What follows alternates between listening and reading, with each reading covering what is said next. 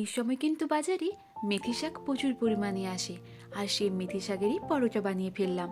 তার জন্য মেথি শাকগুলোকে এইভাবে কেটে চপারে দিয়ে দিয়েছি, আর দিয়েছি 5 কোয়া রসুন, 3টে কাঁচা লঙ্কা আর 2টো কুচনো পেঁয়াজ দিয়ে চপারে ভালো করে চপ করে দিয়েছি।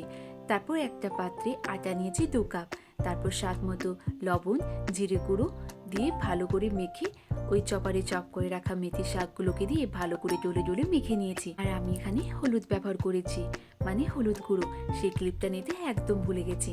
তারপর ওই ডোটা মাখার পর লেচি কেটে ভালো করে গোল গোল করে রুটির আকারে বেলে নিয়েছি। আপনারা গোলও করতে পারেন, চাইলে চৌকোও করতে পারেন। তারপর তাওয়াতে দিয়ে ভালো করে এপিটোপিট সেঁকে অল্প একটু তেল দিয়ে ভালো করে এপিটোপিট করে লাল লাল করে মুচমুচে করে ভেজে নিলেই রেডি আমাদের এই মেথি শাকের পরোটা। আজ এই পর্যন্তই, দেখা হচ্ছে পরের ভিডিওতে। Ta-ta, by.